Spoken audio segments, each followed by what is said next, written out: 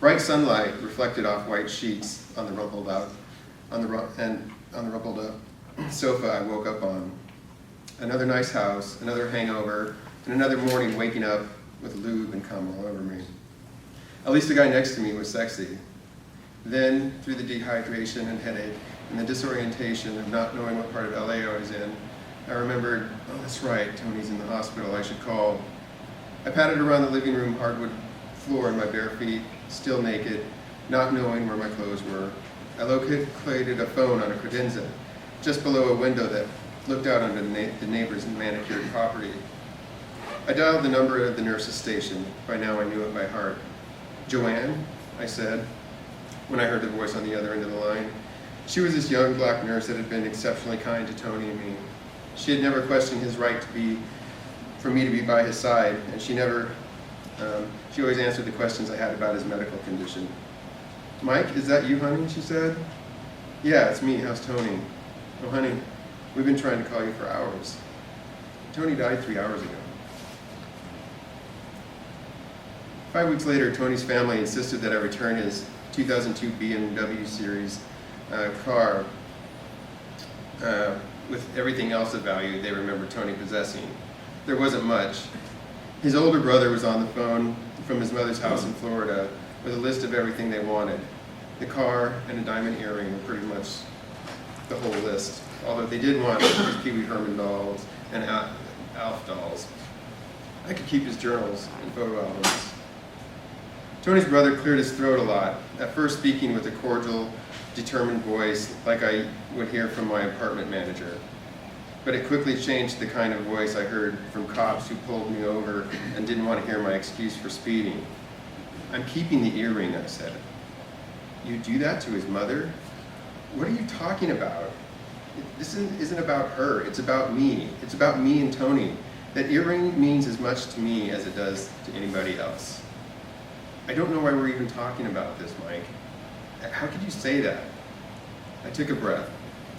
"Look, when Tony and I first met, we had this crazy night together. Clothes, shirts, shoes, everything went flying. The next morning his earring was missing. It took a lot of digging, but we finally found it behind the bed. It was covered in lube and lint. I made a joke about him hiding the earring just so he could come and see me again.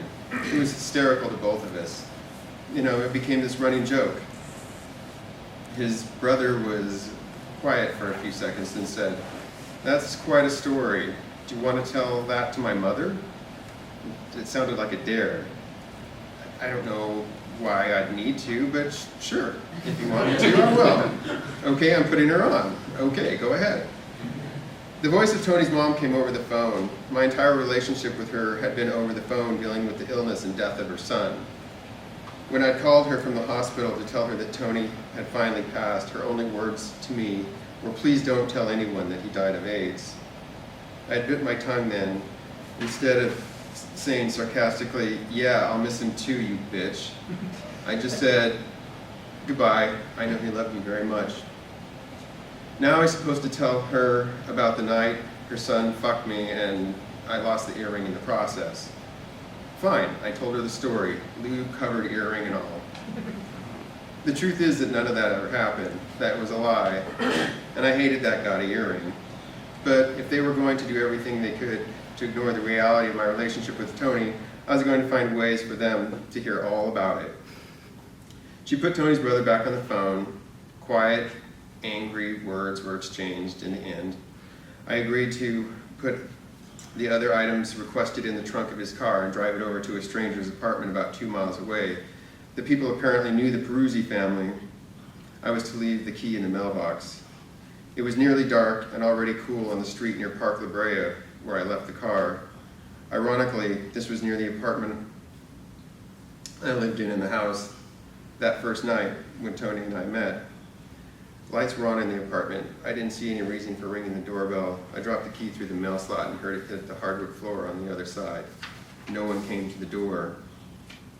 Back at the car, I shared one last moment with another part of my lover I'd never see again. The BMW logo on the hood was already cool and felt smooth as my lips kissed it. Bracing myself with both hands, I let out a stifled yelp, then more tears, then snot, and finally drool fell onto the